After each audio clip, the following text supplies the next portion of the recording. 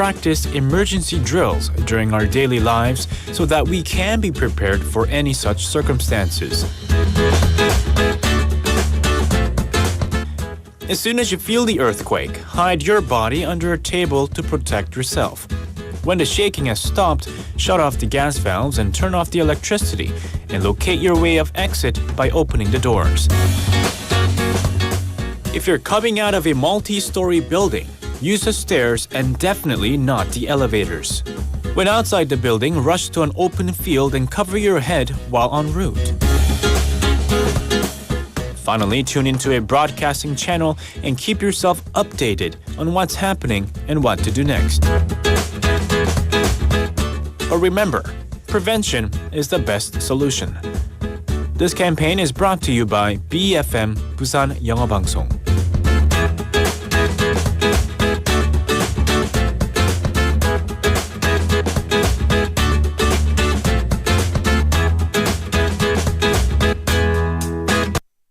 지금 방송 광고라는 부메랑을 던져보세요. 소비자를 향해 정확히 날아가는 광고. 힘차게 돌아가는 경제.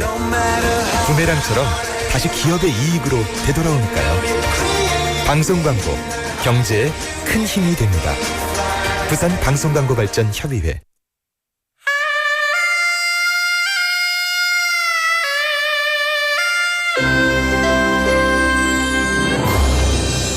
The time is now 7 o'clock.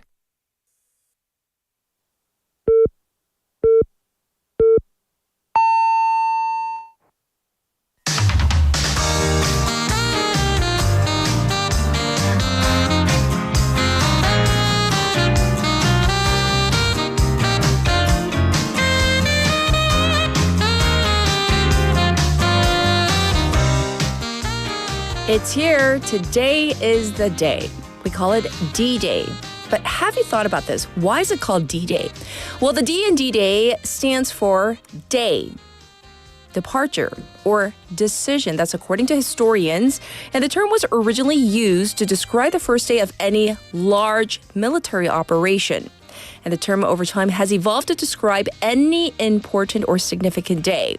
So it is very much an important day here in South Korea. And how are you going to spend the day? I'm Catherine. This is Morning Wave in Busan on Tuesday, June 3rd, Election Day on BEFM 부산영어방송.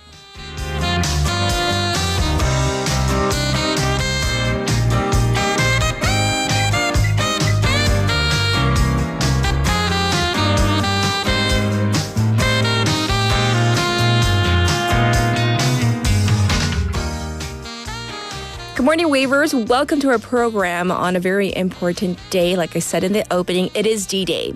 The polls have been open for about an hour in the 21st presidential election here in South Korea. And this wraps up a contentious campaign period that has lasted 22 days, which started with the removal of former President Yoon Suk-yeol from office following his December 3rd martial law imposition. And this was a major issue that dominated the campaign, with Democratic Party or DP candidate Lee Jae-myung emphasizing this point on the final day of campaigning. Lee Jae-myung focused his last-ditch efforts in the capital area, a traditional battleground region. He ended the day at Yeouido Park, facing the National Assembly, with an image of standing with the people as he did on the night of December 3rd in what he called a revolution of light. People Power Party PPP candidate Kim Moon-soo had quite a day yesterday in a transnational tour starting from Jeju, sweeping across Busan, Daegu, Daejeon, and finishing in Seoul.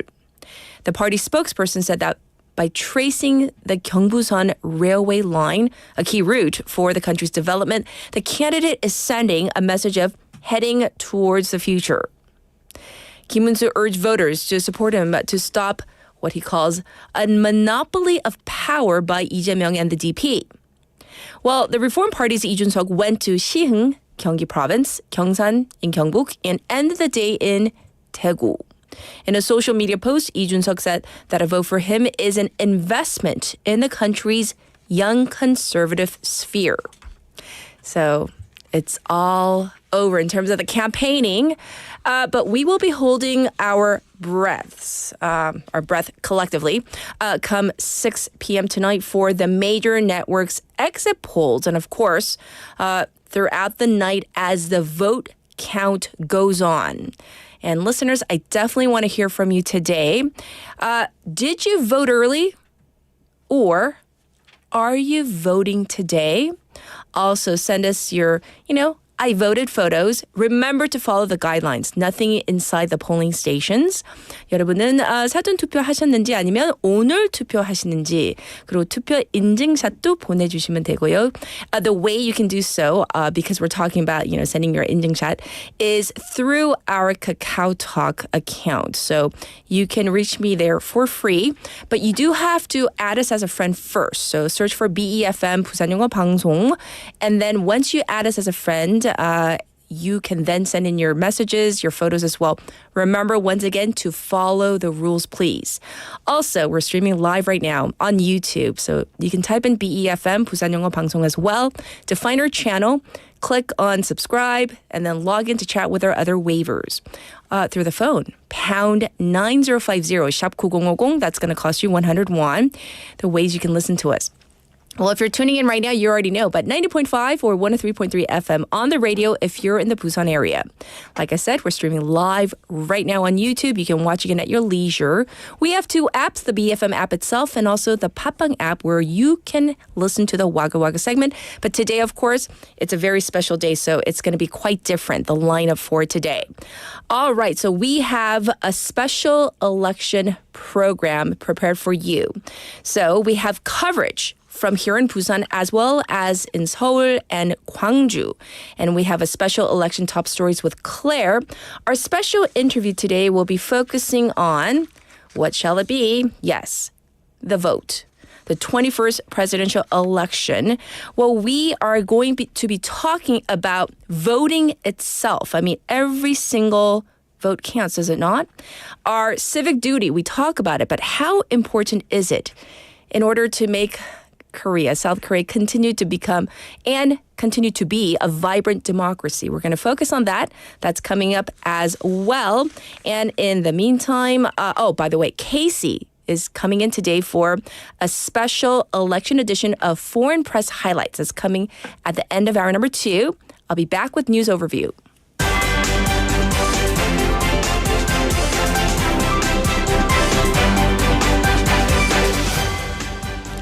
It's now 7:06 and this is News Overview. 21st presidential election underway across the nation. Polls have opened at 6 a.m. across the 14,295 polling stations across the country to elect the 21st president of the country, which will run through 8 p.m. today.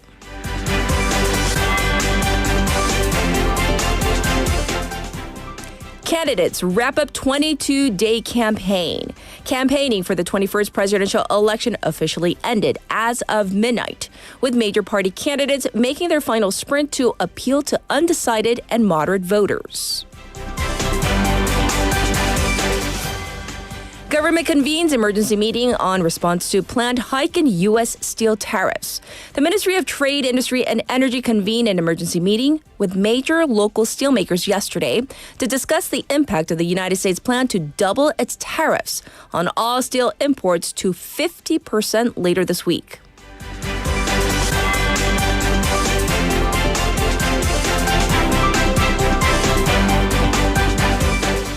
Arrest warrant issued for subway arson suspect. The Seoul Southern District Court yesterday issued an arrest warrant for a man in his 60s accused of starting a fire inside a subway train over the weekend. Russia and Ukraine fail again to agree on ceasefire. A second round of direct peace talks between Russia and Ukraine in Istanbul have ended without a major breakthrough and only an agreement between the warring sides to swap more prisoners of war. And this was News Overview.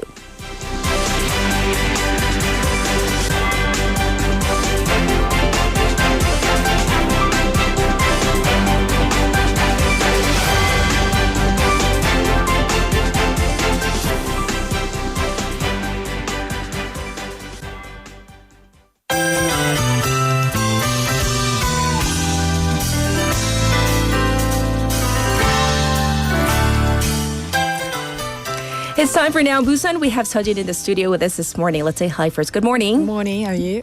Well, very busy, of course, because we have to keep on top of everything that's happening with the unfolding 21st presidential election. Speaking of which, of course, we can't say who you may have voted for, but have you voted? Early voting? Are you voting today? Yeah, I did it in early voting station. You did? Okay. Well, good for you. You are definitely performing your civic duty. So we're going to jump right into our segment for today. So obviously the polls have been open for an hour and 8 minutes at this point. So what do we need to know about the election, at least here in Busan? Well, voters across the city are heading to the polls as we speak. There are 914 polling stations in total, and they'll be open from 6 a.m. to 8 p.m. You just need to bring a valid photo ID and head to your assigned location. Yes, and how many people are eligible to vote here in Busan? Roughly 2.87 million, and over 870,000 of them already cast their ballots during early voting, which put the early turnout at around 30%. I see. So how can people check where they're supposed to vote? It's simple. You can check your polling stations through the official notice sent to your home or by visiting the district office election system or the National Election Commission's website. I see. And I also hear that they have made it more accessible this year, as we mentioned yesterday. Yes, I know we touched upon it yesterday, but it can be really sad enough. Yes. Accessibility has been a big focus. Over 97% of polling places are either on the ground floor or in buildings with lift. Temporary ramps have been added where needed, and there are wheelchair-accessible places, braille aid for visually impaired, and even special tools for voters who struggle to grip a pen. Yes, indeed. So once the voting wraps up, what happens next? What's in the process? The ballot boxes will be sealed and transported to one of the 16 counting centers under the police escort. Yes. For early and postal ballots, election staff and party representatives will accompany the transfer. Anything else? And yes, you can follow the count live on the National Election Commission's website. Yes. But let's also talk about security around and inside the polling stations. Only authorized personnel are allowed in polling and counting sites. So that means election staff, observers, and designated officials. Then Commission says it will taking strong action against anyone who tries to enter without permission or cause disruption. Yes. So, of course, we talked about a particular story unfolding with the early voting. So everybody is extra sensitive about that. And Sejin, I hear that, yes, speaking of which, someone got in trouble for taking a photo of their ballot, right? Yes, Busan's Election Commission has officially reported someone to the police apparently on May 29th. This person voted at an early voting station in Sasang district and then took a picture of their marked ballot inside the booth. Right, so inside the booth is the point.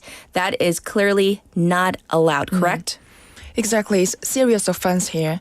The photo was later posted on their social media with their face. And that's a big no-no under Korean election law. Yeah, so what kind of penalties are we talking about? Under the Public Official Election Act, just taking a photo of your ballot inside the booth can lead to up to 2 years in prison or a fine of up to 4 million won. And if you share the marked ballot, you could face up to 3 years behind bars or a fine of up to 6 million won. Yes, so as you just relayed to our audience, very serious. A quick selfie is not worth all that trouble, correct?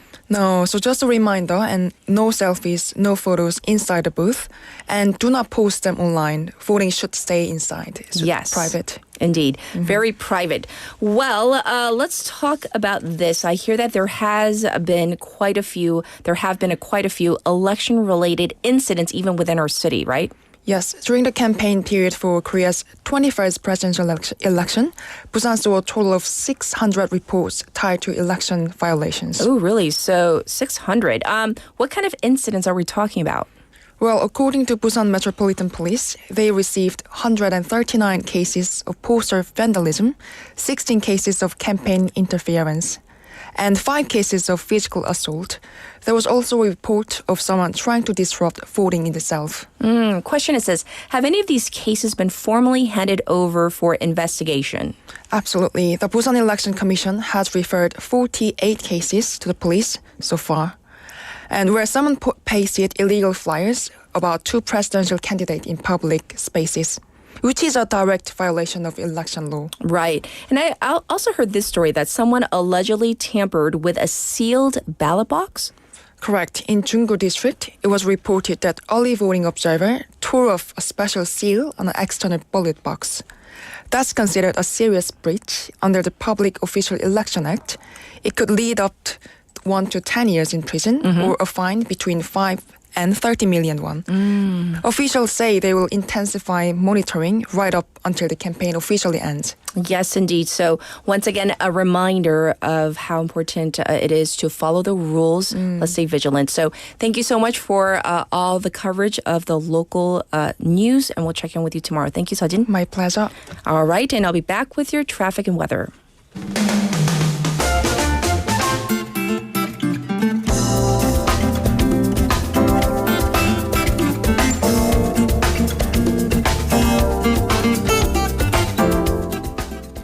It's time for your traffic report, but guess what? It is election day, so that means there is no traffic congestion to speak of, at least right now.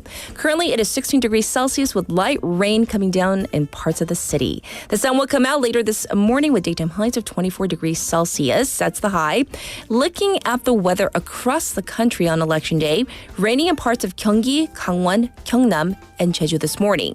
The daytime highs will go up to anywhere between 21 to 28 degrees Celsius, depending on where you are. Bad fine dust levels in Seoul, Gyeonggi, and Chungcheong in the morning.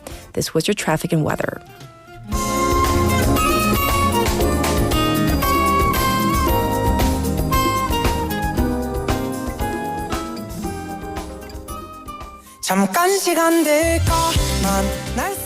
And this is 이무진's 잠깐 시간 될까? 그냥 보고 싶어 그래 묻지 말고 대답해 줄래 그럼 나게 네 설레 장난치지 말고 내게 답해줄래 어떻게 생각해 만나서 반가워 아마 첫인사부터 이런 맘이었었는지도 몰라 나 이제 내게 다가서려 해 거리를 좁혀보려 해 나 망설이지 않기를 우리가 만약 시작한다면 그 누구보다 예쁘디 예쁠 거라 생각해 혹시 넌 어때 할 얘기가 많은데 마침 너희 집 근처야 혹시나 괜찮다면 잠깐 시간 될까 만날 수 있을까 별일은 아니고 그냥 보고 싶어 그래 묻지 말고 대답해 줄래 그럼 나게 네 설레 장난치지 말고 내게 답해줄래 혹시 근데 말야 내 고백 말이야 답 안 해줬잖아 너는 나 어떤 것 같아 부담 안 가져도 돼 진짜야 나는 괜찮아 마음이 정리될 때까지 기다릴게 내가 그리 갈게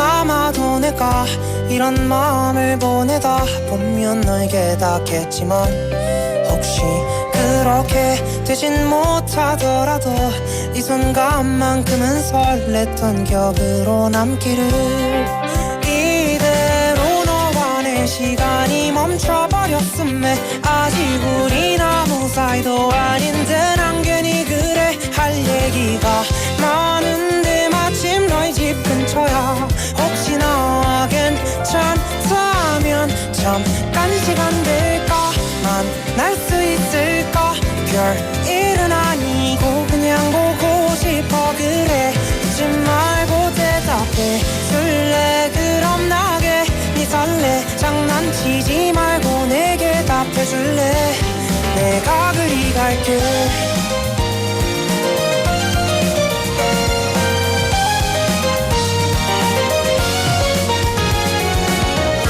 잠깐 시간 될까 그 한마디보다 사실 지금 당장 널 보러 가고 싶은데 이게 마음처럼 안 돼 그냥 보고 싶어 나 너 좋아해 말로 다 못할 정도야 널 좋아해 널 보고 싶단 말 날 안아달란 말 너 얘기했던 모든 말 전부 다 진심이야 단 한순간도 가볍거나 쉽게 생각했던 적 없어 이젠 너도 답해줄래 내가 그리 갈게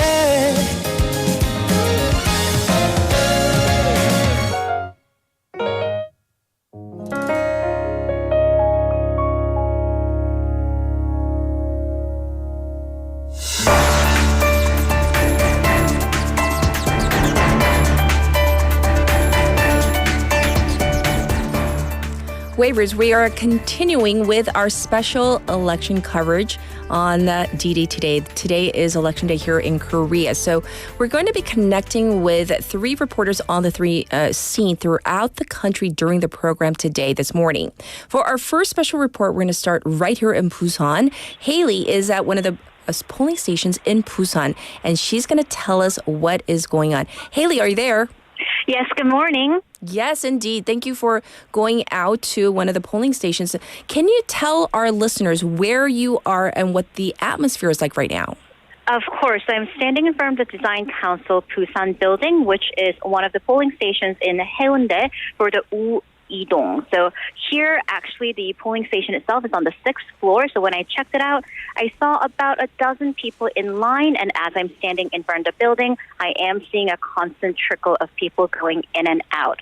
Also, when I voted at my own polling station in Sasangu, even at 6 o'clock in the morning, actually a few minutes before 6, there were about 20 people in line. Yes, thank you for giving us the details. So can you remind us of the voter turnout for early voting and where we stand at this hour?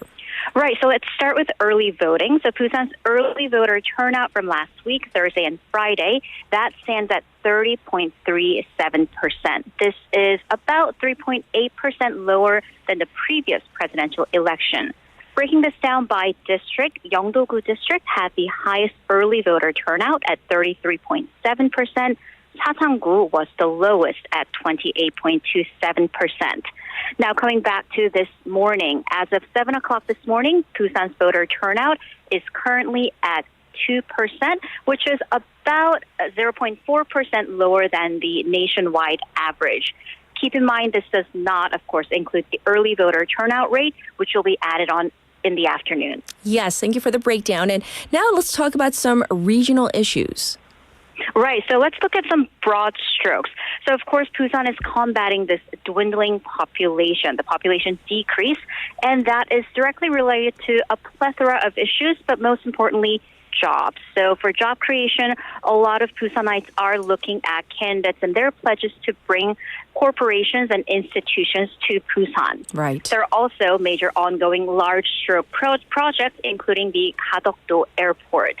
So this particular bit, the Gadokdo New Airport, this became a major issue in the past just even couple of days because Hyundai Construction, which was slated to be the major contractor for that project, it actually officially announced that they will not be partaking in the airport construction.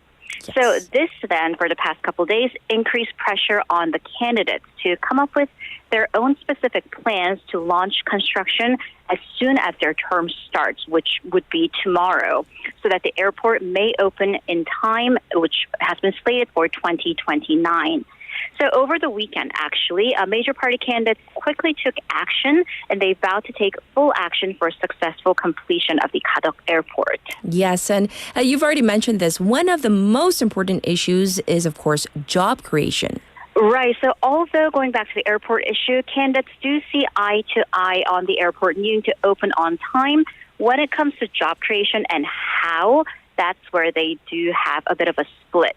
So this goes to the ongoing issue of potentially relocating the Korea Development Bank, KDB, or Sanop은행, to Busan. Mm-hmm. This is an idea that was floated by the current administration and amongst the conservative sphere. So that's what the conservative candidate has been pushing for. However, an alternative was proposed by the Democratic Party, and that's been to push for a southeastern investment bank, as well as relocating the headquarters of one of the country's biggest shipping company, HMM, to Busan. So here, both sides have been criticizing each other's plan. However, whatever the actual plan might be, Busan residents are looking for the next administration to actually follow through, because unfortunately, we have seen many of these pledges fizzle out in the past few years. That's true. So, Haley, thank you for the lowdown on all of this. It's so early on election day, but if you could remind our listeners, our audience, about what to do and what not to do when heading to the polls. Right. So voter turnout suggests that most of the voters will be heading to the polls sometime today. So let's look at what you need to bring and what you need to do. First, please make sure you have a valid government-issued photo ID. A physical form, great. Mobile ID is also good, except it cannot be a screenshot. Also, once you do go into the polling booth itself, you can only use the stamp provided to you by the National Election Commission that will be inside the booth. So again, no personal stamps, no signatures, no writing of any kind on the ballot. And in terms of that 인증샷 that we are asking our listeners to bring, to send us, photos are okay outside the polling station. 투표소 밖에서는 인증샷이 괜찮습니다. But put your phone away once you do go inside the polling station. And I do want to remind everyone, polls do close at 8 p.m. However, as long as you are in line at 8, they will still let you vote. So don't be discouraged if it's 7:55 and you're afraid that you might not be able to make it in there. Once again, as long as you're in line by 8. Yes, well, thank you for the detailed reporting from right here in Busan, Haley, of course. Once again, our special election coverage with Haley. Thank you, Haley. Thank you. And we are going to take a short song break. This is 비도 오고 그래서 by Hayes. 비도 오고 그래서 네 생각이 나서 그래서 그랬던 거지 별 의미 없지.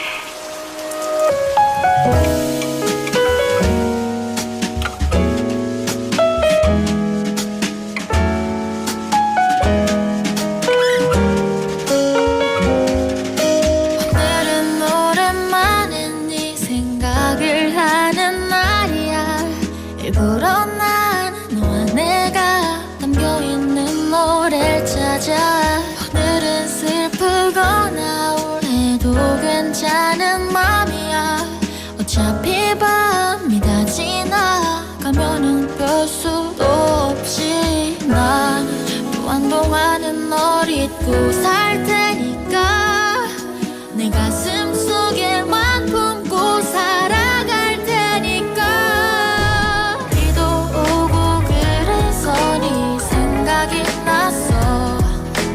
생각이 나서 그래서 그랬던 거지 별 의미 없지 우산 속에 숨어서 네 집을 지나쳐 그날의 감정을 다시 느껴보고 봐서 벌어지는 빗물과 시계 초침 소리가 방 안 가득 채우면 그대로 난 돌아가 차라리 난 이 비가 그치지 않았음에 내 기억 속에 살 수 있겠나 널 아프게 했던 못난 놈이니까 널 다시 품에 안을 자격도 없으니까 비도 오고 그래서 네 생각이 나서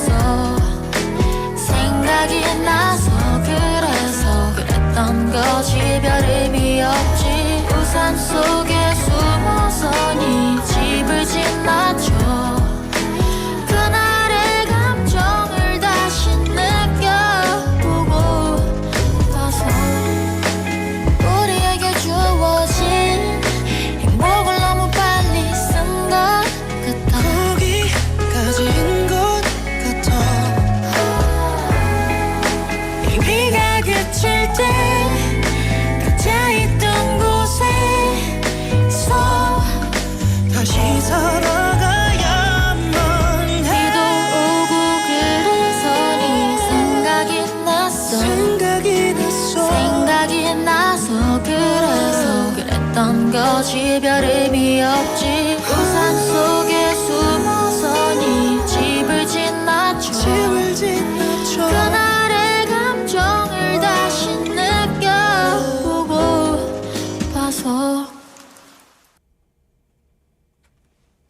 Welcome back, everybody. This is a continuation of our election coverage, or special election coverage on Election Day itself. And, I know that many of you have the day off and you might be doing something afterwards, but I do want to, of course, encourage everybody and anybody, if you are eligible, to please go vote. So somebody mentioned, Kat, you look so tired. Actually, not tired. I mean, 컨디션 좋은데요. 오늘이 선거 날이잖아요. So that's why I'm trying not to be too jovial, too happy-go-lucky, because it is a very serious day. Some people call it D-Day. Some people are calling it Judgment Day. So speaking of messages, because today we're asking you if you voted early or are you planning to go? Maybe you voted early this morning. Like one of our listeners who sent in, 인증샷 오늘 보내셨네요. Michael Kim, who sent in a photo of where he voted, and we can't show all, any like gestures and whatnot. Please forgive us. We're trying to be extra careful today because we want to be impartial. Right, neutral. So thank you for showing us where you went to vote, and definitely proof that you have performed your civic duty. And in terms of other people, I see that some people have already gone to vote early. And I think 고수님 was saying that he woke up extra early today to go vote as well. So, some people call it a right. Some people call it a privilege to be able to have that right to go vote, right? So I certainly hope that throughout the day, if you haven't done so already, once again, to encourage you to go out and do so. And for now, we're going to get to our special top stories, the presidential election D-Day special with Claire.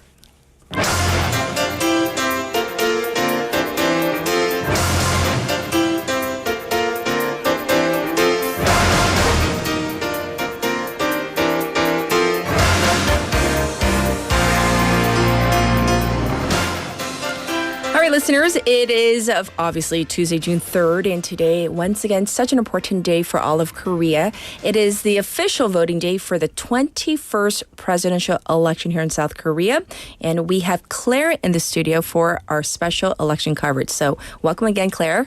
Hi, good morning. Yes. So, this is a rare moment in modern Korean politics, and so we have a special top stories lined up to cover it all this morning. The candidate pledges, what's happening at the polls, and a message from the Election Commission also, I hear. Yes, so whether you've already voted or still planning to head out, we've got everything you need to know to stay informed on this historic day. Mm-hmm. So let's start with what the front runners are actually promising. Because at the end of the day, that's what we're voting on, visions for the future. Yes. Well, there's quite a contrast in the visions, right? There is. Let's begin with Lee Jae-myung, the progressive candidate from the Democratic Party. His message is clear, future-oriented, growth through technology and inclusive welfare. He wants to make Korea one of the top 3 AI powers globally, and he's proposing a new kind of welfare called opportunity income. Opportunity income, that sounds quite different from like basic income.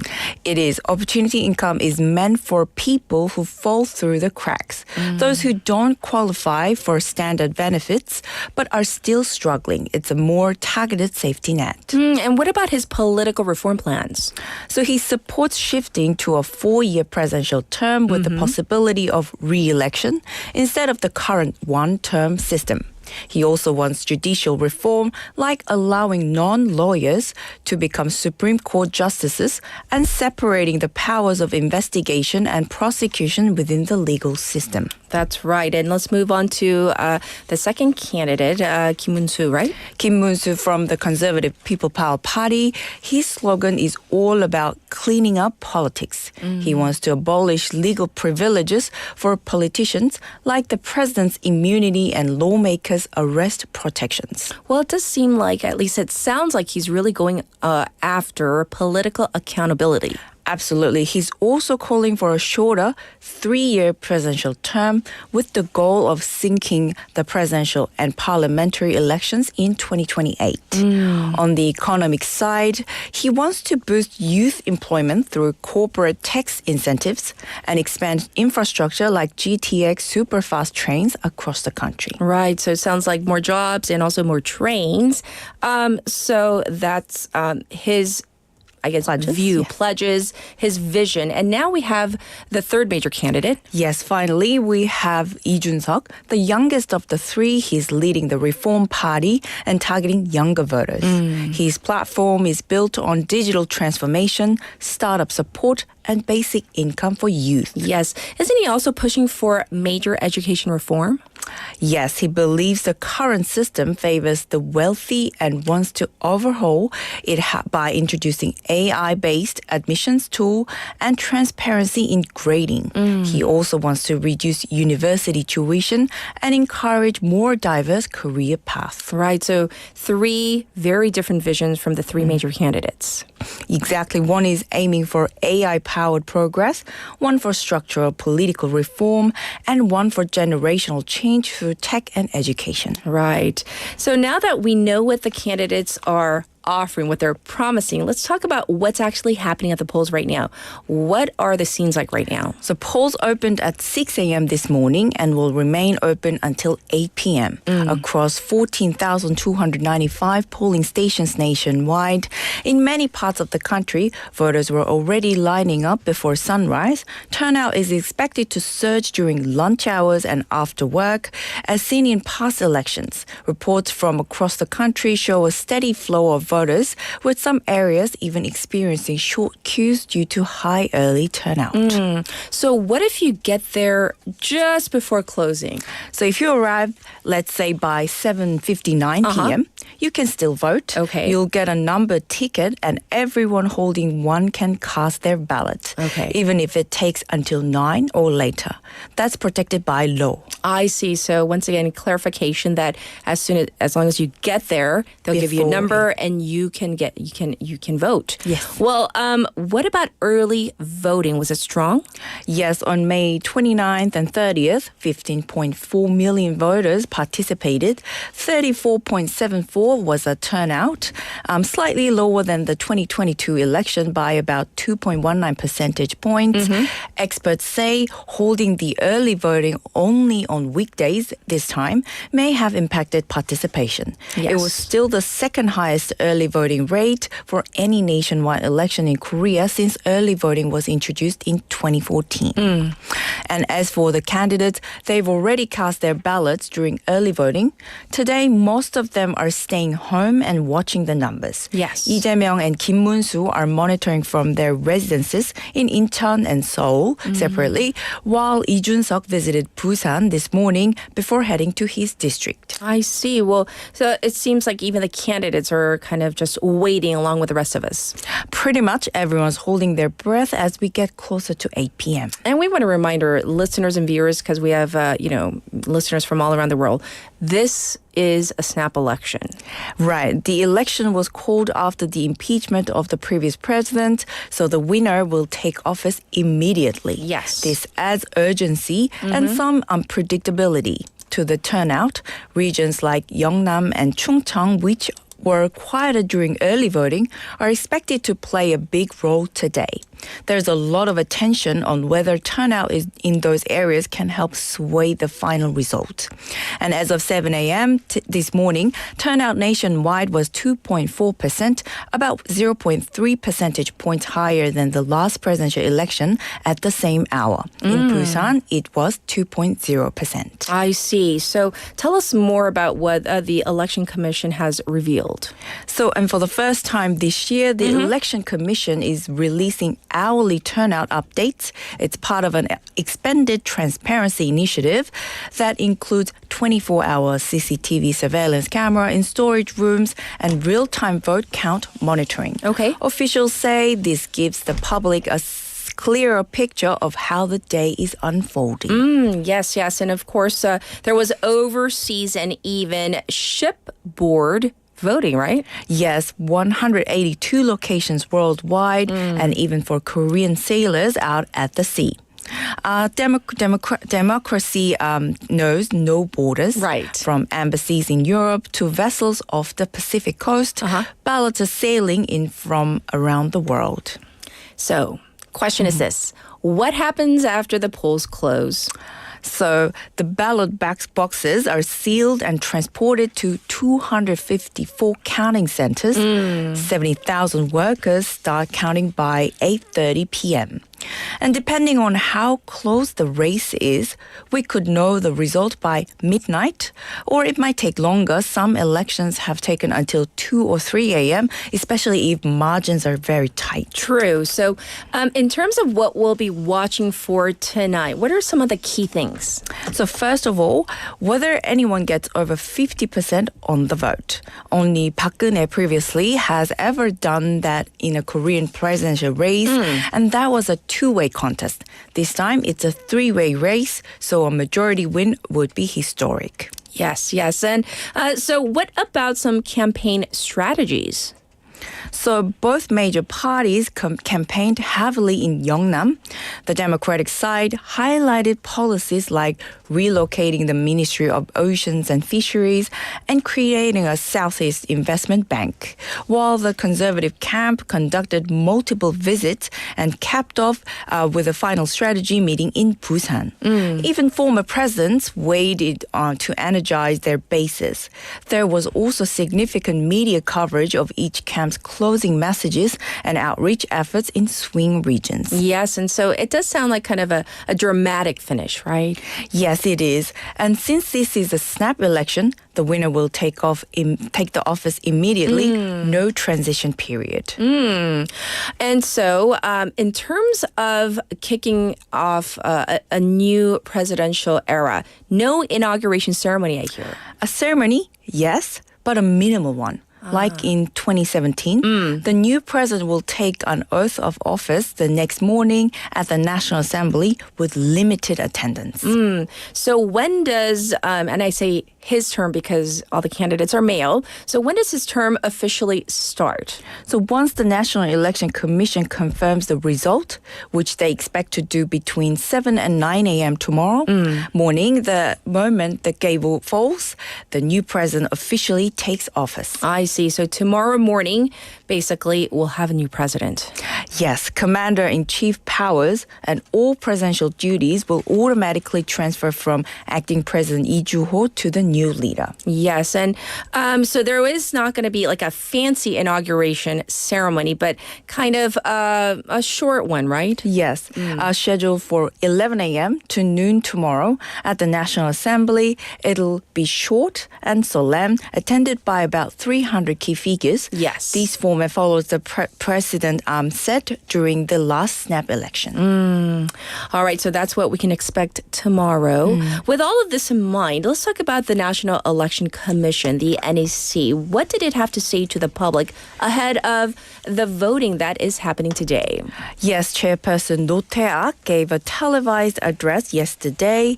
His message: let's vote not just to choose a leader, but to heal and unite the country. Yes. And so that's a pretty powerful statement, right? Yes, absolutely. He also emphasized, he acknowledged that this election came suddenly and that the campaign period was short. He said many voters may have felt rushed, but he encouraged everyone to use even today to carefully think about the policies and cast a vote based on conscience and vision. Right. So, the thing is this, like we have to remind all of our listeners out there, yes, politics is there, but ultimately it's about the people. Absolutely. He also emphasized transparency and fairness. The NEC has installed 24-hour CCTV in ballot storage rooms, allows real-time vote count monitoring, and deployed election observers from across civil society. Yes. All right. So it seems that the system, they're working really hard to make sure that it's trustworthy. Yes, and he didn't forget the people behind the scenes, local government frontline workers, volunteers, even postal workers handling ballots. He thanked them for preparing all this in just 60 days. Yes, indeed. So 60 days, some might think, that's long enough. Some other people might say, that's just not enough. But it really does take a village to get the system up and running. Yes, in closing, he reminded the public that democracy means not only voting, but also accepting the results, Yes. whether your side wins or loses. That's an important point, right? He said, quote, "Let's respect the results with dignity and work together for the future of Korea." Indeed. So now for the waivers out there, for the listeners, we want you to be in the know. Everything you need to know about what's happening right now, especially the logistics of voting and whatnot. So first up, Claire, let's talk about the voting itself. Once again, let's remind our listeners, we know that voting, it kicked off at 6 a.m. and Yes. it's going to go through, 8 p.m.? Yes. Today, you can vote from 6 a.m. to 8 p.m., but only at your designated polling station. That's right. Which is based on where you live as of May 6th. That's right. So once again, we've talked about this, but we want to, hit it home. We want to make sure you understand. What if someone moved recently?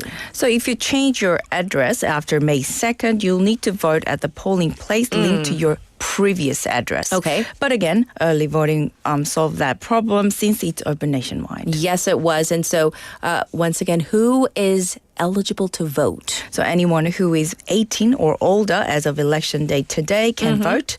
That includes everyone born on or before June 4th, 2007. So let's go through the current candidates because on the ballot itself, it might be a different number from who's actually still in the running, right? Yes. Okay. So there are currently 5 candidates officially on the ballot. Number 1 is Lee Jae-myung, and number 1 Lee Jae-myung from Democratic Party, number 2 Kim Moon-soo from People Power Party, number 4 Lee Jun-seok from Reform Party, number 5 Kwon Young-guk from Democratic Labor Party, number 7 Hwang Kyo-won will be in the ballot paper, but he resigned his Yes. candidacy. And number 8, Song Jin-ho, who is independent. Right. So just so we don't confuse our listeners, there are no number 3 or 6, right? And 7, yes. And now 7 because Hwang Kyo-won has dropped out of the race. So in terms of the numbering of the party, people might be wondering, why is this party this number and another party a different number? Right, the numbering is based on party status and registration order. Candidate number 6 was from the Free Unification Party, Gujuwa, has officially withdrawn from the race as of May 19th before, which is why that number appears without a name. All right. And so we're going to get now into the actual voting process. Once again, what do voters need to bring? Yes, bring a valid photo ID issued by a public institution, like a resident registration card, a driver's license, passport, or student ID even. You can also use mobile IDs like Pass or Kakao Wallet or name certificates, but only if you show them live on the app. Screenshots or image files are not accepted. Yes, and we're going to get into the process once you get into the polling station itself, because, you might be a little nervous. Maybe it's your first time voting or you haven't voted in a while. Yes, so what are the steps? So today, June 3rd, on main voting day, you can only vote at your designated polling station, as I mentioned. Based on your registered address, the steps are similar. So to the early voting. And step 1, show your ID. Step 2, sign and fingerprint. Okay. Step 3, receive the printed ballot. Good. Step 4, use the official rubber stamp to mark your choice. Step 5, fold the ballot and put it into the ballot box. Step 6, exit. Yes. And so we've talked about this, but I do want to mention it because, rumors, misinformation spread rampantly, unfortunately, online through social media. So this whole idea of do I need to take my personal seal, my dojang and whatnot? So there's a major piece of misinformation. Some posts on social media claim that using your personal stamp or seal can prevent election fraud, but that's completely false Yes. and illegal. even. According to the Public Official Election Act, voters must use the official stamp provided in the booth. If you mark your ballot with a personal stamp, a pen, or anything else, it could be ruled invalid. Not only does it violate the secrecy of the vote, but it also goes directly against election law. Right, so even if you make a mistake, that means your vote might not count. That's really important. Exactly. The only safe option is the official rubber stamp provided by the National Election Commission. Don't bring any personal items into the booth. Yes, indeed. So once again, it sounds easy, but you can get nervous or you might forget. That's why we are repeatedly letting our listeners know throughout the morning so you don't have or lead to, actions lead to mistakes. Yes, definitely. Here's a quick checklist to get your vote right. Yes. First, only use the official stamp. Never use a pen or pencil. Stamp just once. Yes. Multiple stamps, your vote may not count. Stamp inside the box next to the candidate's name. The square box, if it's outside the box, the vote could be invalid. Yes. So, I think that you've done such a great job of going through the details, of course, breaking down the myths and misunderstandings. And so do we have any further information regarding the polling stations here in Busan? There are a few more. So there's some more information that before you go, Yes. there's no photos allowed. Yes. So please, no selfies in the voting booth, and don't talk about who you voted for while Right. you're inside or even outside the voting station. Right. The process is meant to be private and confidential. Right. So definitely no chatting, no snapping away, no selfies inside the booth itself. And don't doodle on the ballot, right? No extra writing or anything like that. Exactly. Think of it as a sacred space for your voice. Keep Yes. it clean, quiet, and by the book. All right. Well, we're going to call it a wrap on your special election coverage, and I'm going to give some additional information to our listeners as well. But thank you so much for coming in today for all the details Not a of problem. our election day. Thank you, Claire. Thank you. All right. And as of 7 a.m. this morning, this is the information I have for you because it's on an hourly basis. So once again, this is as of 7 a.m. this morning on Election Day. The voter turnout stands at 2.4% nationwide. This is 0.3% higher than 2022, and that was the 20th presidential election. If we look at the regional breakdown, it looks like Gwangju has the lowest voter turnout at 1.8%. Daegu has the highest voter turnout at 3.2%. So interestingly, this is almost the complete opposite of the early voter turnout, as Gwangju had one of the highest early voter rates and Daegu the lowest. So once again, this is as of 7 a.m. this morning. Our city, Busan, the voter turnout in our city thus far, as of 7 a.m., stood at 2%, which is the third lowest in the country. So this might, be several things. Like, first of all, it could be that, maybe you voted early, or maybe you haven't gone out to vote yet. So whatever it is, definitely, I would like to encourage all of you once again, if you're eligible to go out there and make your vote count. All right, we have additional reporting from across the country, including our correspondents in Seoul and reporter in Gwangju as well. And we have Casey coming in for a special edition of Foreign Press Highlights today. Also, we have our special interview, and we're going to talk about democracy, why voting is so important, why we are encouraging you to go out there on Election Day, even though, the weather may be inclement, it may be drizzling. This affects the livelihoods, your life, my life, our lives together. All right, we're going to get to our final song for hour number 1 on this Election Day. This is How Deep Is Your Love by the Bee Gees. I'll be back at 8.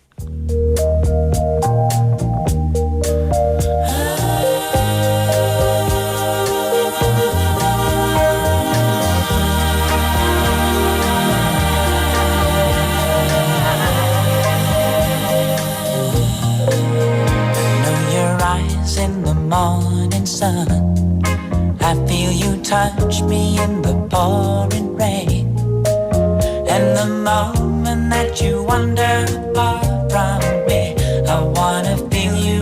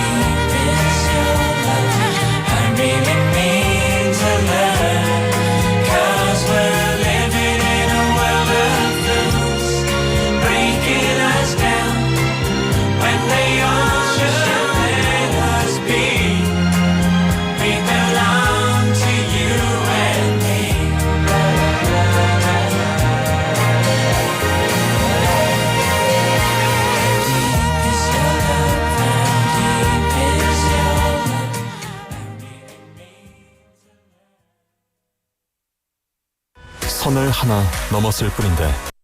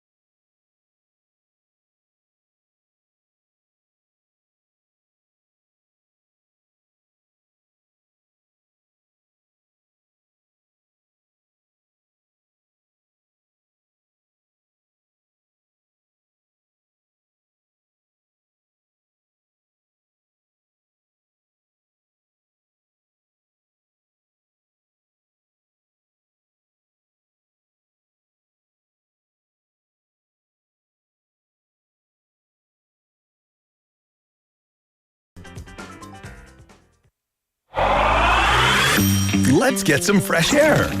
What's going on? Why can't I see anything? It's the yellow dust. You have to close the window. Hey, I know what will improve your eyesight. Look at more beautiful things. Like me. Can you tell me what I actually need to do during yellow dust days? Fine. Here are your guidelines for days with yellow dust. First, check your windows to make sure the yellow dust can't get inside. Turn on the air purifier. Second, refrain from outside activities if possible. If you do go out, wear a mask. When you get home, thoroughly wash your hands and feet. Third, fully wash any fruits or vegetables that have been exposed to yellow dust. And last of all, get plenty of water. Keep up to date on weather forecasts for the latest yellow dust information. This campaign was brought to you by BEFM, 부산영어방송.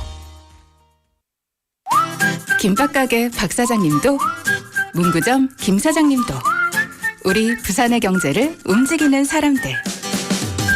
우리 동네 작은 가게로 향하는 발걸음이 우리 부산의 경제를 키워가는 한 걸음입니다.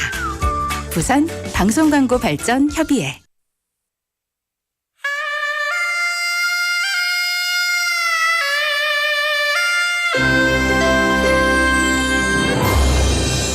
The time is now 8 o'clock.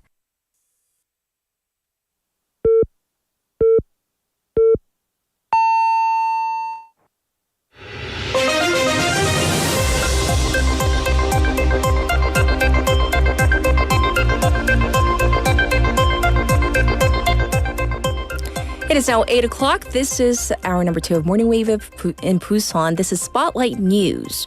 21st presidential election underway across the nation. Polls have opened at 6 a.m. across the 14,295 polling stations across the country until 8 p.m. tonight to elect the 21st president of the country to replace former President Yoon Suk-yeol. The chair of the National Election Commission, or NEC, appealed to citizens to vote, saying that the election could reshape the nation and offer an opportunity for national unity. The authorities have ramped up security on Election Day, with the police deploying nearly 30,000 officers to polling stations, as the police is on the highest level of emergency security from now until the new president-elect enters office.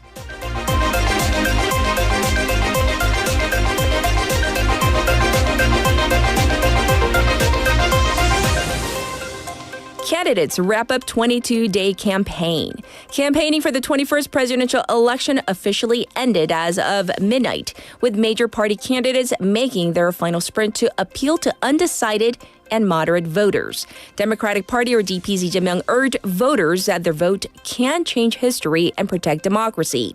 People Power Party or PPP's Kim Moon-soo made a last-minute appeal to young voters in youth-populated districts of Hongdae and Gangnam. The two major party candidates will watch the election results from their respective homes. Lee Jun-seok of the Reform Party met with university students, and Democratic Labor Party's Kwon Young-guk focused on labor, disability rights, and gender equality issues.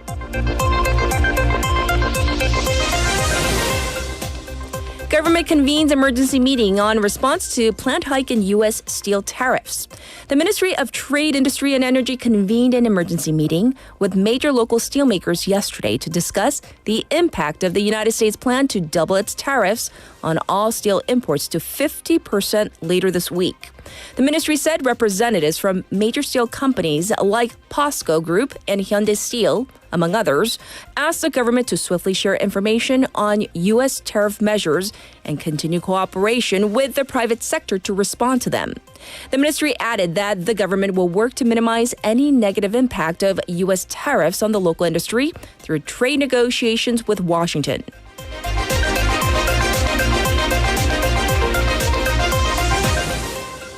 Arrest warrant issued for a subway arson suspect. The Seoul Southern District Court yesterday issued an arrest warrant for a man in his 60s accused of starting a fire inside a subway train over the weekend. The court granted the warrant, citing concerns over flight risk and the likelihood of a repeat offense. The suspect, identified by his surname Won, allegedly poured gasoline and set fire inside a subway car early Saturday morning, resulting in 23 being taken to the hospital. He reportedly committed arson after being dissatisfied with the outcome of his divorce lawsuit.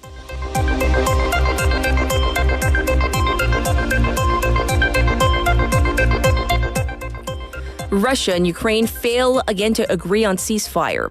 A second round of direct peace talks between Russia and Ukraine in Istanbul have ended without a major breakthrough, and only an agreement between the warring sides to swap more prisoners of war, or POWs. Ukrainian negotiators said Russia had again rejected an unconditional ceasefire, a key demand by Kyiv and its allies in Europe and the U.S. The Russian team said that it had proposed a 2 to 3 day truce in certain areas of the vast front line, but gave no further details.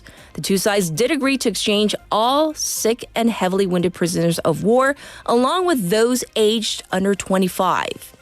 And this was Spotlight News.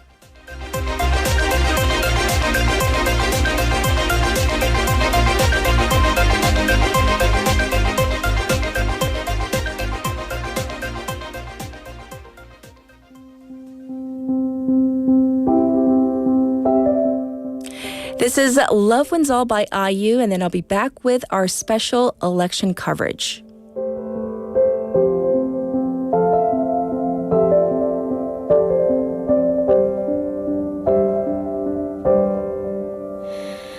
Dearest darling, my universe, 날 데려가 줄래? 나의 이 가난한 상상력으론 떠올릴 수 없는 곳으로 저기 멀리 from Earth to Mars 꼭 같이 가줄래? 그곳이 어디든 오랜 외로움 그 반대말을 찾아서 어떤 실수로 이토록 우리는 함께일까? 세상에게서 도망쳐 run on 나와 저 끝까지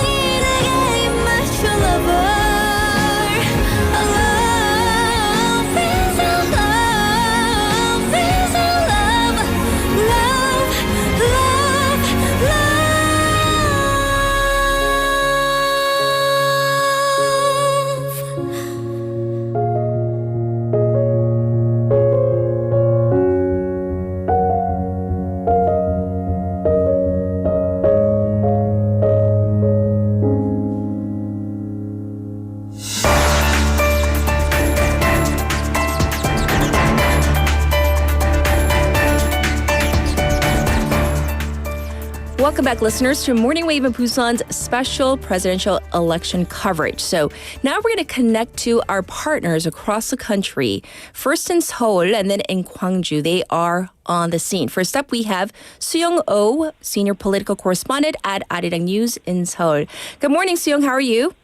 Good morning. I'm very well. How are you? Great. Thank you for once again reporting to us from the scene. So first up, can you tell us where you are and what the atmosphere is like? Sure. So I'm at a polling station in central Seoul's Yongsan-gu district where a small queue is forming as a fair number of early birds show up early in the morning to cast their ballots. And while voting is taking place across some 2,200 polling stations open throughout the city's 25 districts with around 5.5 million Seoul citizens eligible to vote today, as 2.8 million have already cast their ballots early last week. And while I would say that the mood is largely hopeful, voters are cautiously optimistic that their votes today will end 6 months of uncertainty in government, as well as the leadership vacuum that's existed since the December 3rd martial law declaration last year. And regardless of political orientation, it seems that voters here do have this sense of anticipation that the country can finally move past the political crisis that's been affecting every corner of society, our livelihoods and the economy. Yes, indeed. So in terms of the early voter turnout for Seoul, do you have some numbers for us? Right. Well, as you know, the nationwide turnout was 34.74%, which means at least 1 in 3 countries across the nation have cast their ballots already. And it wasn't record-breaking as anticipated, but it was still very much the second highest turnout for early voting in the nationwide election since 2014. Now, the turnout rate that you mentioned in the Seoul capital area was particularly interesting, as it is considered very much a swing voter region. Seoul City and its surrounding Gyeonggi-do province, they together account for over 40% of the Korean population. And Seoul City itself recorded 34.2% in early turnout, Gyeonggi-do province 32.9%. And first, well, to provide some context, we have to understand the partisan perceptions of early voting. It's usually associated with progressive voters and the younger generation, while older voters and conservatives lean towards voting on the actual day of the election. Yes. So in line with these tendencies, we saw the more left-leaning districts of Seoul see more active early voting on Thursday and Friday last week, while the more conservative districts of Gangnam-gu and Seocho-gu, they recorded the lowest rates at around 27 and 28% respectively. The highest turnout, meanwhile, was seen in Jongno-gu district at 37.9%. So you can see the around 10 percentage point discrepancy there.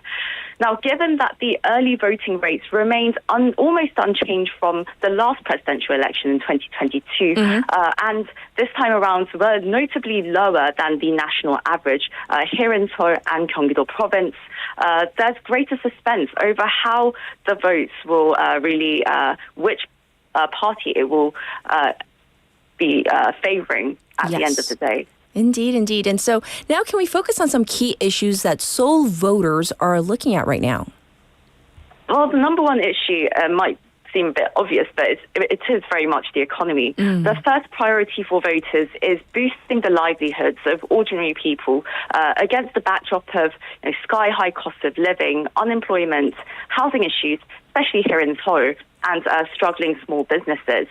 For younger voters, their biggest concerns are employment and social security. They want to see reform to the overstretched national pension and health insurance, which they're paying for but are very unlikely to benefit from in their later years. And they'd also like to see some steps towards environmental sustainability, of course, and an overall vision for the country. Yes, yes. And now, do we know of any battleground areas or districts in the Seoul area?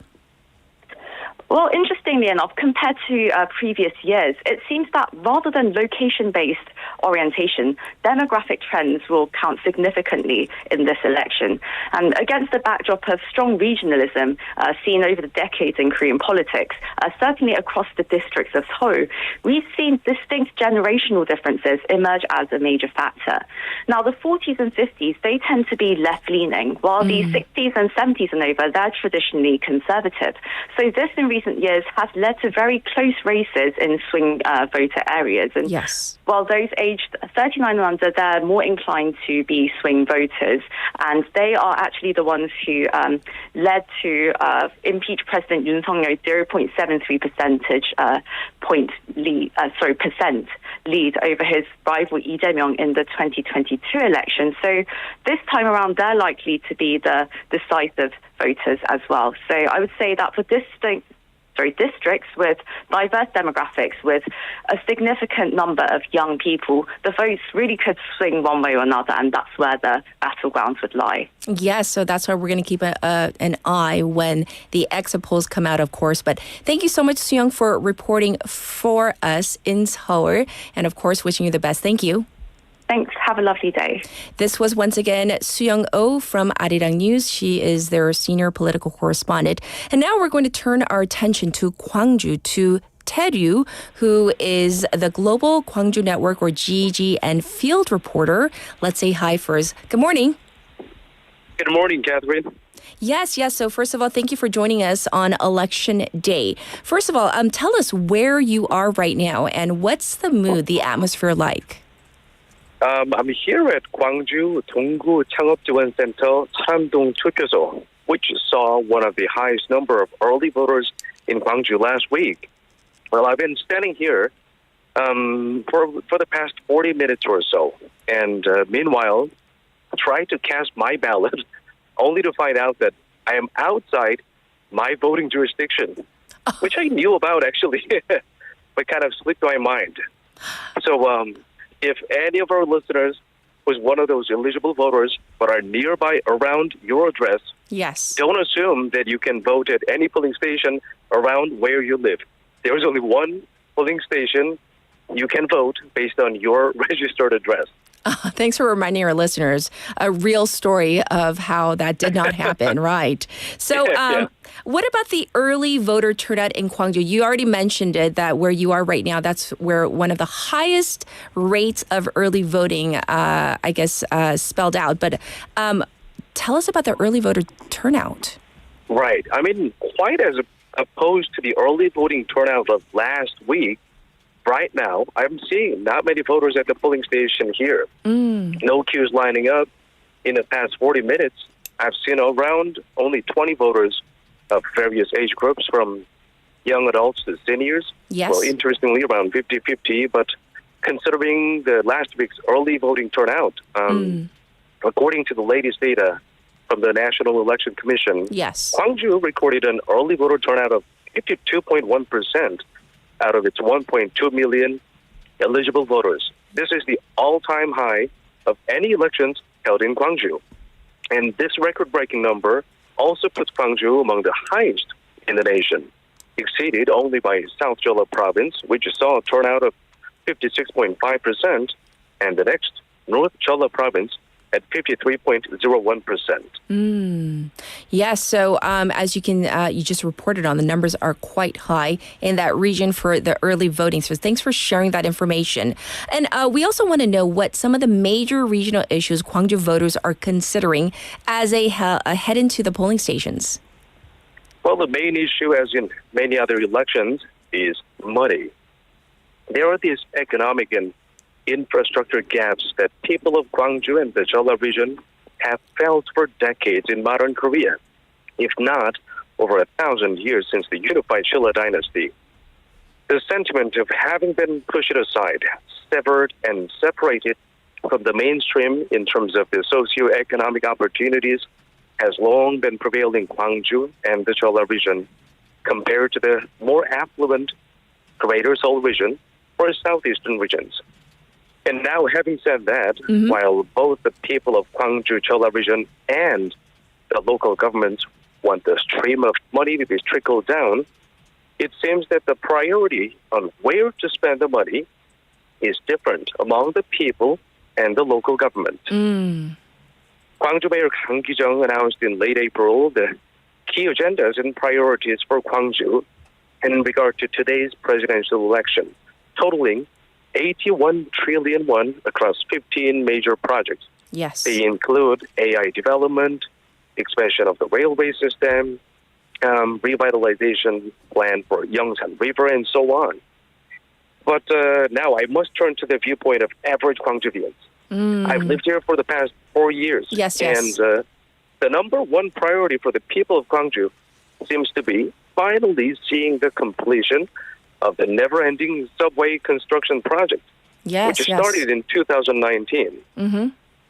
And the project, known as Gwangju Subway Line 2, has seen multiple ups and downs due to its controversial preliminary feasibility assessment, and then who will bear the more of the astronomically increasing budget. Yes. So every time, So every actually, time I'm sorry to cut you off, but we do have to actually move on because we have other segments to get to. But I do want to thank you so much for your time and your coverage of what's happening in Gwangju and the surrounding areas, and we appreciate it. Thank you, Tae Ryu.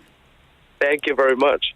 Once again, this was Tae Ryu from Global Gwangju Network, the GNN field reporter that provided coverage of what's happening in that area of Korea.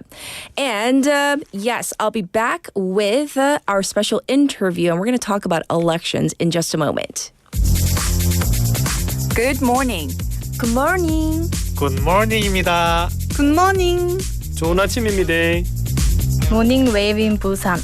Morning wave in Busan. Morning wave in Busan. Major news, local buzz, and expert takes. It's all here on Morning Wave in Busan. Brighten up your morning commute with Morning Wave in Busan. Morning wave in Busan.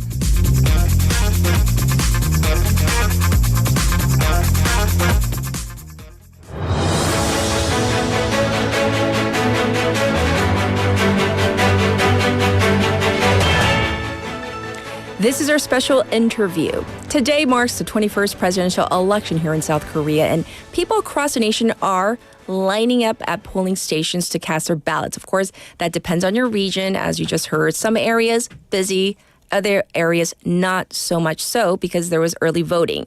Voting, the process of choosing our leaders in shaping public policy has been strongly promoted by all political parties throughout the campaign period. And the message is clear. This is something that everybody can agree on. Every vote counts. Joining us today is Professor Melissa Schwartzberg, Senior Professor of Politics at New York University. Let's say hi first. Hi, thanks for joining us today.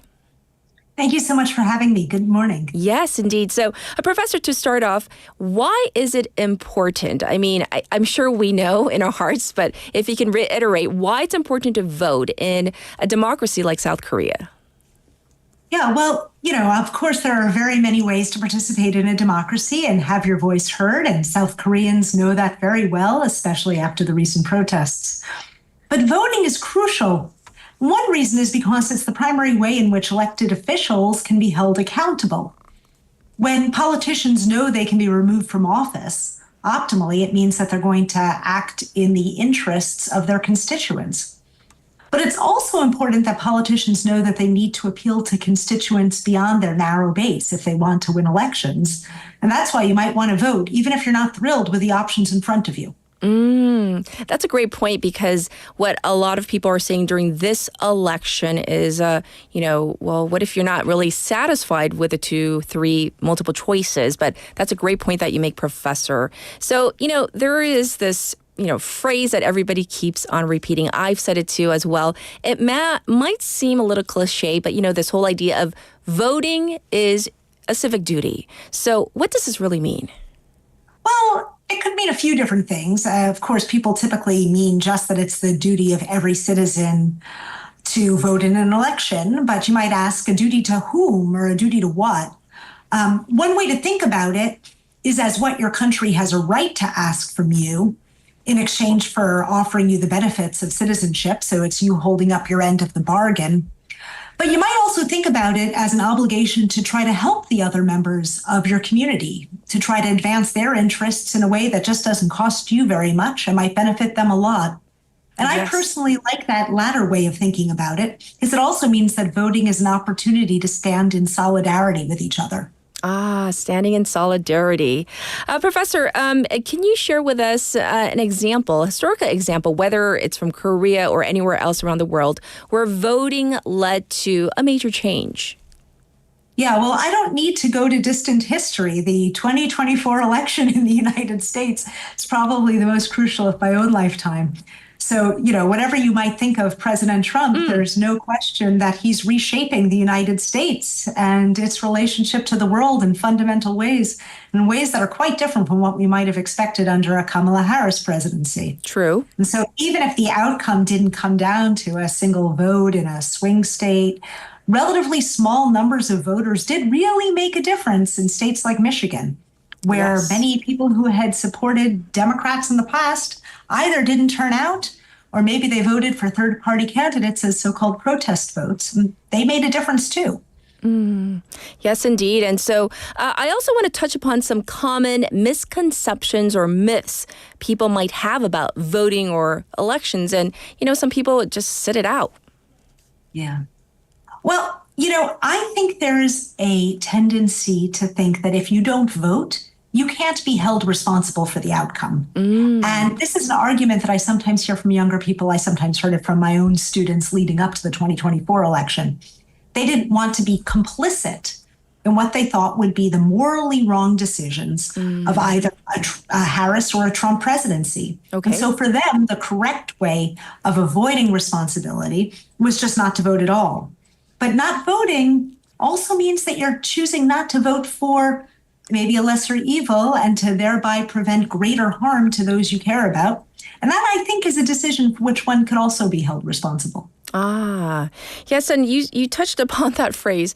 Choosing between the lesser of two evils might be what some people are feeling even today. But I mean, that goes with any presidential election in any country, I'm sure. So what would you say to someone who feels a bit disconnected, maybe even a little cynical, or on the flip side, like powerless about the whole political process? Yeah, well, I wouldn't tell anybody that they don't have reasons to feel cynical. But I would say that disengaging is likely to allow decision makers to feel like they can act with impunity. And, South Koreans have, again, already demonstrated very recently that they can use their voices in really important ways. And in a way, they've been an example to the rest of the world. And so I think if any place has a reason to think, well, look, our voices make a difference, I think South Koreans do. Thank you, Professor, for saying that. In terms of the younger generation, especially for first-time voters, what can our youth do to feel more empowered? Because it might be their first time and they might think, how does my vote really count? And, do I know enough about the policies or the platforms of each candidate? Yeah. I would say that your vote matters not just now, but in the long run. So the more your generation participates, the more attentive your leaders are going to need to be to your interests. They can't say, well, they're not going to turn out anyway, so it doesn't matter. Are the decisions that we're making in the long term that are going to affect you most of all? They have to take your interests into account if you turn up at the polls. Yes. And finally, what would you like to say as we leave our listeners, as you leave our listeners, actually, on this very important day? It is Election Day, and we're going to be continuing to cover, what we can in the last 30 minutes of our program. But any final message to our listeners, our viewers in South Korea and all over the world? Yeah, well, your voices have made a difference. They make a difference. Your vote does as well. So even if you think you're just one of tens of millions, having your vote counted is an important way in which you're recognized as an equal citizen. It's this opportunity for recognition of you and your judgments. And I think that's something worth hanging on to. Thank you so much for coming on air with us on this very important day here in South Korea. Thank you, Professor. Thank you so much for having me. This was Professor Melissa Schwartzberg from NYU, and we spoke about the importance of voting, what it means to be a democracy, a vibrant democracy, as she pointed out several times throughout the interview, that, here in South Korea, we have made waves, not just here, but like all around the world when it comes to making our voices heard. We're going to take a song break. Here it is. This is 그대에게 by 신해철.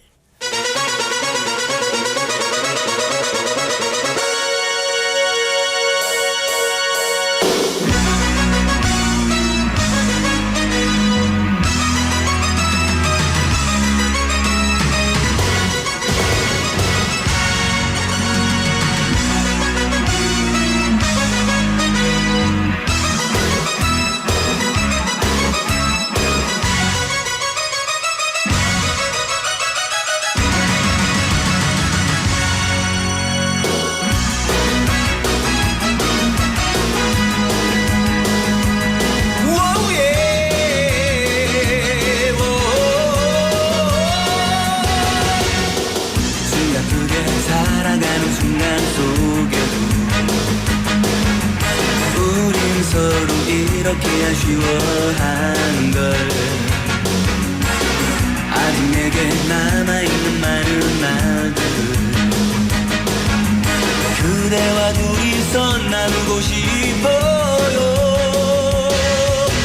내가 사랑한 그 모든 것을 다 잃는다 해도 그대를 포기할 순 없어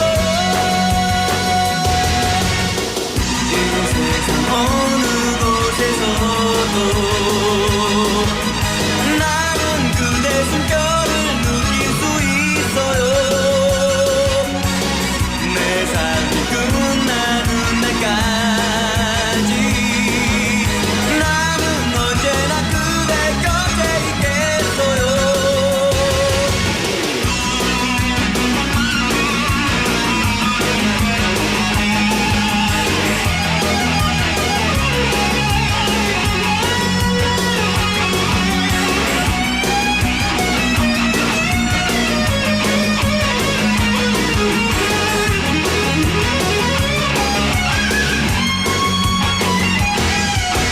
내가 사랑한 그 모든 것을 다 잃는다 해도 그대를 포기할 순 없어요 내 삶이 끝나는 날까지 나는 언제나 그대 곁에 있겠어요 이 세상 어느 곳에서도 나는 그대 숨결을 느낄 수 있어요 내 삶이 끝나는 날까지 나는 언제나 그대 곁에 있겠어요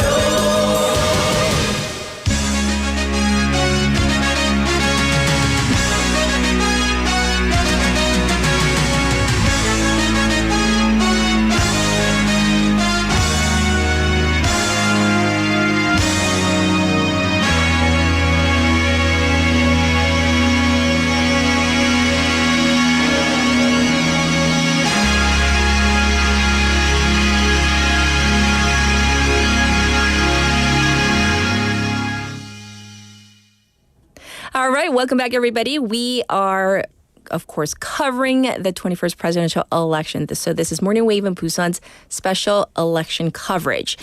We asked about, 인증샷, proof that you voted, but of course not within the polling station, outside. So we have a message from Alex Lee. 투표 인증샷 보내요. And what a lovely photo is that on a beautiful, spring, summer day. So thank you for sending that to us so we can share with the rest of our listeners and encourage everybody to go out and vote. And for our next, shot. Can we get it on the screen? This is from Tommy. He created this, and I have a little mini one here as well. We printed out. He actually made this. And he went to great lengths to make sure it was like politically neutral, staying away from like the strong blue and the red color. And he created this sticker. How amazing is this? So we were talking about how like in the past there have been cute stamps or stickers that people have made. So this is from, Tommy. All right, Tommy. So thank you for sending this to us. As soon as I got it, I was just like, that is so like talented, but also it goes to show how much you care about the voting process. So thanks for sending that in, Tommy. And now we're going to get to Casey for our very special Foreign Press Highlights.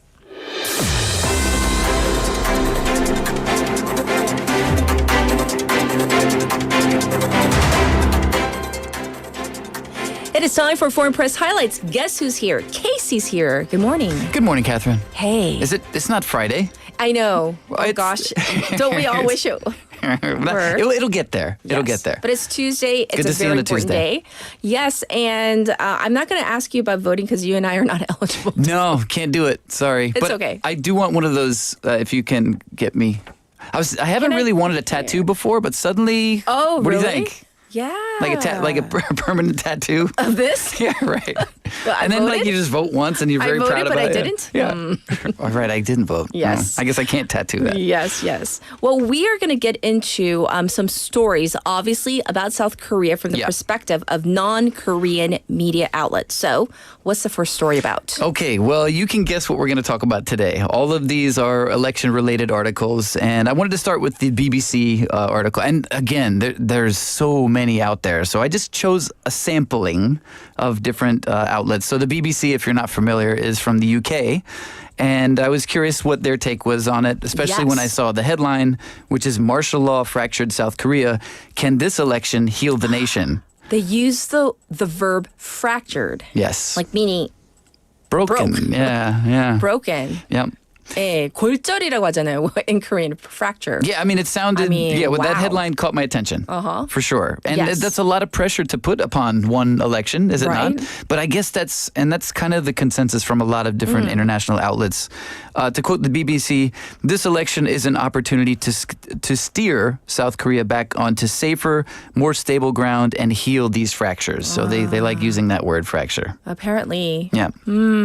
So what fractures are they referring to? Well, they, like a lot of the articles that came out about the election, they give kind of the backstory of why this election happened at this time. Yes. So they say that South Korea is still recovering from the martial law crisis last December, when the president at that time, Yoon Suk-yeol, tried to orchestrate a military takeover.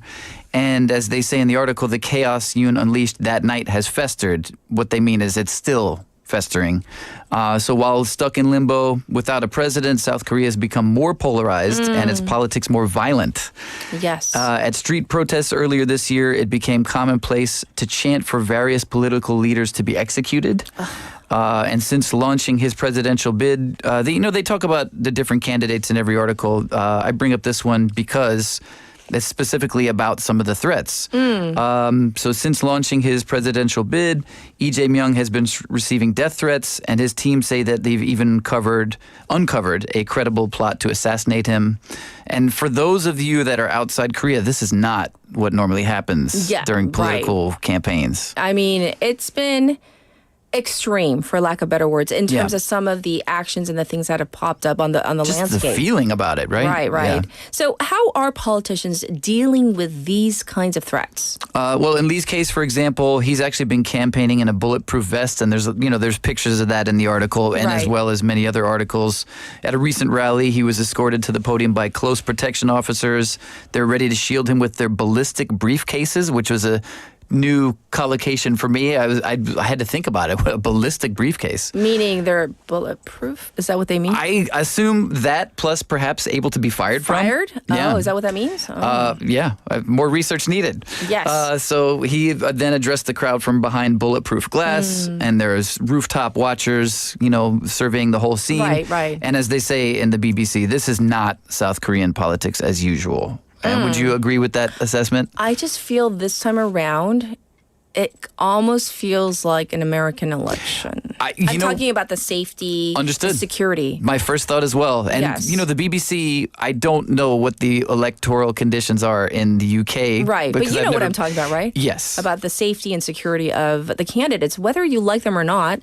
There have been well-publicized assassination attempts and assassination in the United States. So for me as an American, when I read this, I'm like, oh, yeah, it reminds me of home. Yeah, so I wonder what, British readers are thinking about all this. I wonder if they assume, wow, it's a lot like the United States. But Maybe. Well, does the BBC suggest things will get back to normal? They seem to indicate in this article that it's not going to happen overnight. They said bringing the country together will be the biggest challenge for whoever wins. Yes. And when people vote on Tuesday today, it will be 6 months to the day since they came out on the streets to resist a military takeover. And that was a surprising number for me, 6 months. It's been 6 months. I don't know how to take that. Like in some cases, it seems like it's way longer than 6 months. In some cases, it seems like, oh, that wasn't that long ago. Exactly. But they do say, after months of chaos, people are desperate to move forward here. I agree. I mean, I think we can agree on that at least. Yeah. we want to move forward. Yeah. I hope so. Well, in terms of the confidence, I mean, it's important. How do people really feel? Do we feel that, we have confidence in the system, in the presidency? Can it be restored? They mentioned that. They do say, like, more than anything, people hope this election can restore their own confidence in democracy. Yes. It's been badly shaken, and they say people will be watching this election carefully and what happens immediately after it. This is very interesting. The BBC went to a baseball game, of all places, to kind of test how people are feeling. They say in the article, at a baseball game in the capital of Seoul last week, it's arguably the only place where Koreans are as tribal as they are about politics, meaning baseball. Yes. They said both sides, however, were united and are acutely aware of this election's importance. They talked to two people there. One is a data engineer by the name of Dylan. He says, I'm really concerned about our democracy. I hope we have the power to save it and make it greater than before. My vote's a piece of power. So well aware of the importance of voting. I like that quote. My vote is a piece of power. Yeah. Oh, interesting. Another man they talked to in his mid-20s said, the next president needs to show people clearly and transparently what he's doing. We need to watch him carefully. So that's kind of reiterated again and again in this article.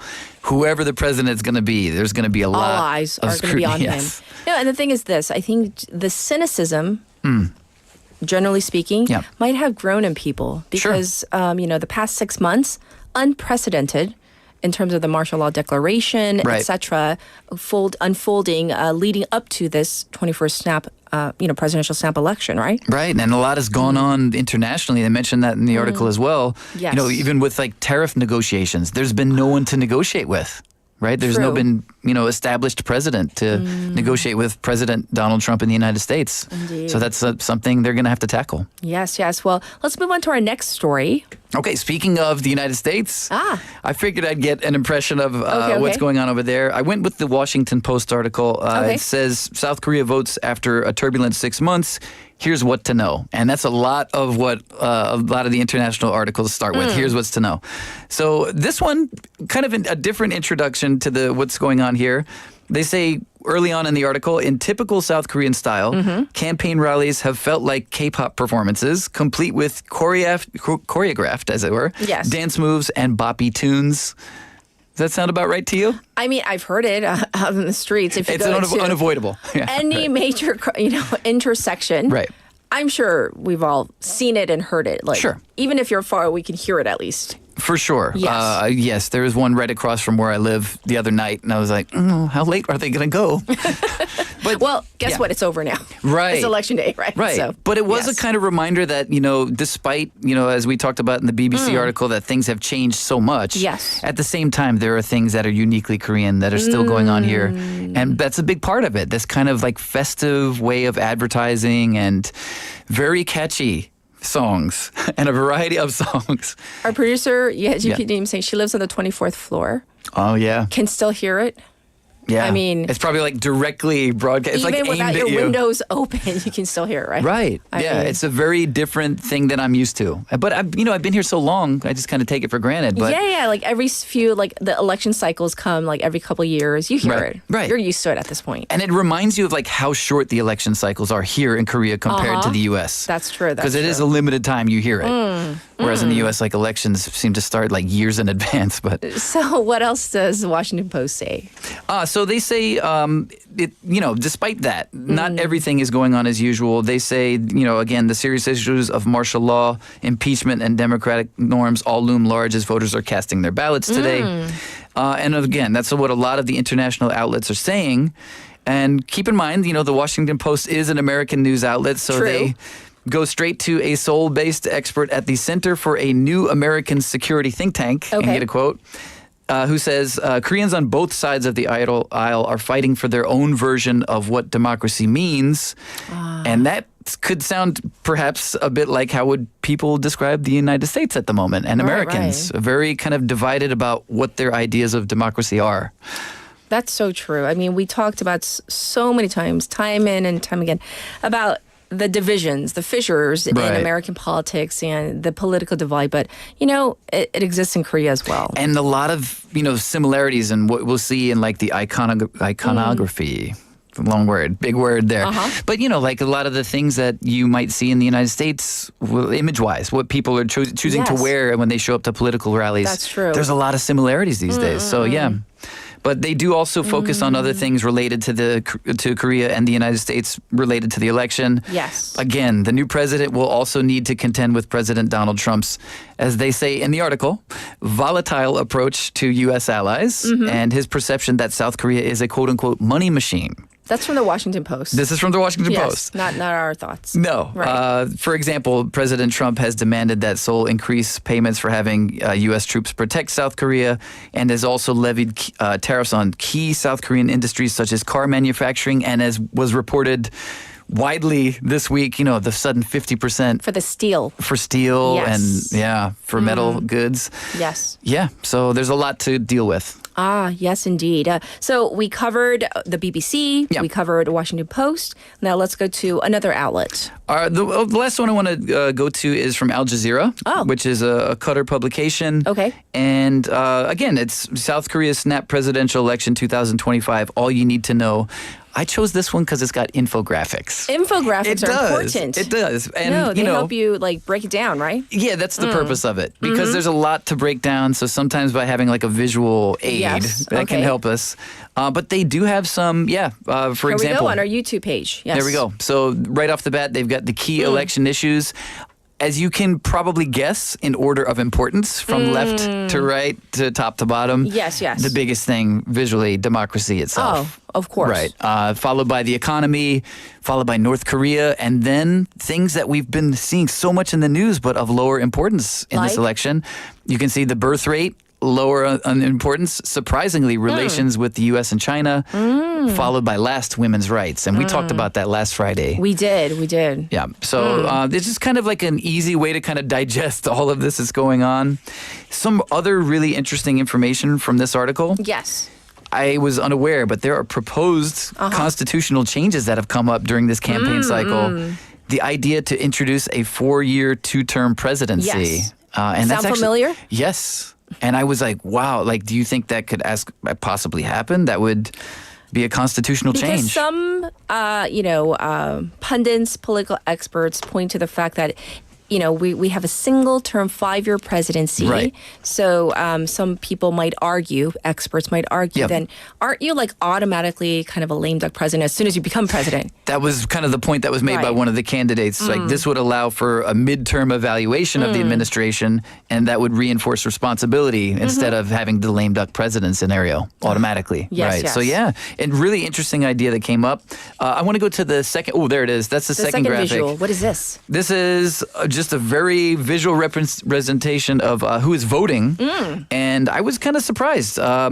Since we talked about last Friday, a New York Yes. Times article talking about how women don't feel represented, women have the majority of the vote. It's a narrow margin. Narrow, but still. But 50.5% of eligible voters here in South Korea are women. Okay. And also, it breaks down by age. The highest age group is in their 50s.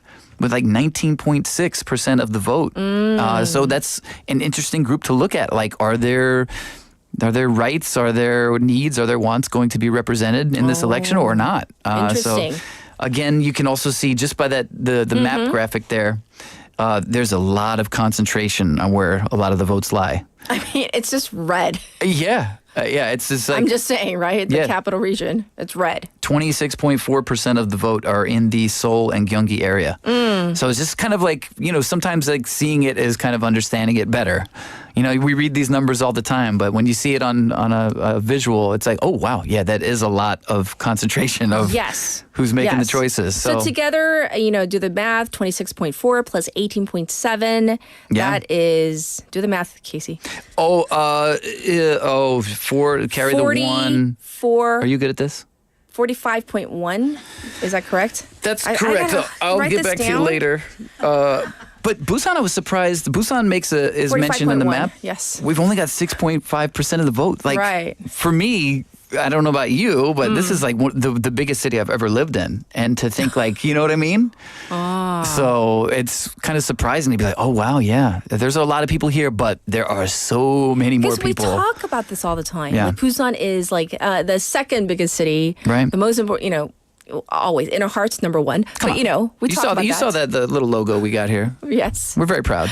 But when you look at the numbers, not quite. Yeah, 5.1. That's a big demographic right there. Yeah, part of the country that is all congregated in the capital area. And it's also kind of a reminder that it is at the same time, the other areas do have a lot of influence. That's still way more than half of the vote. Yes. So, it's just something to kind of keep in mind. Like, there is a lot of concentration there, but who knows? We'll see how it turns out.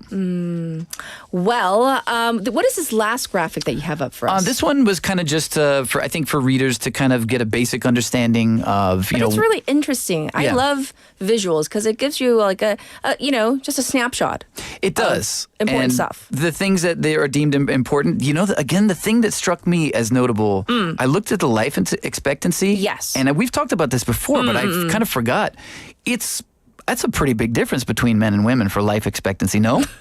87.3 versus 81.6. So again, just a kind of reminder, if you combine that with the other voter information about, how many more women voters there are and the age differences, right?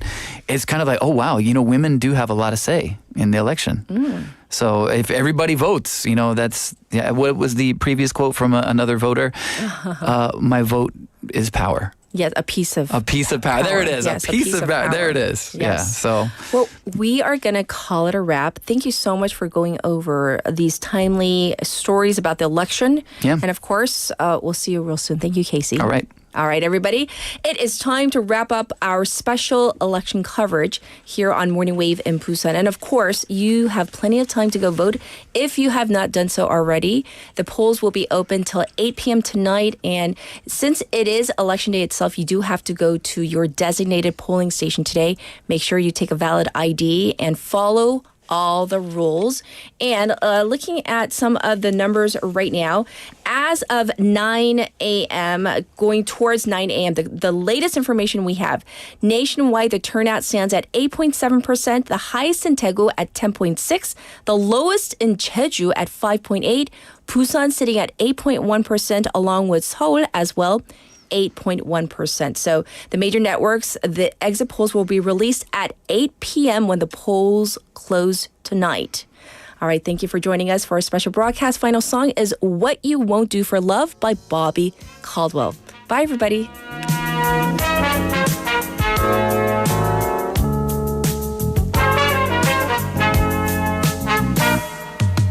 I guess you wonder where I've been. I searched to find the love within. I came back to let you know, got a thing for you, and I can't let go. My friends wonder what is wrong with me. Well, I'm in a daze from your love, you see. I came back to let you know, got a thing for you, and I can't let go. People go around the world for love, but they may never find what they dream of. What you won't do to do for love, you tried everything, but you don't give up. In my world, only you make me do for love what I would not do. My friends wonder what is wrong with me. Well, I'm in the daze from your love, you see.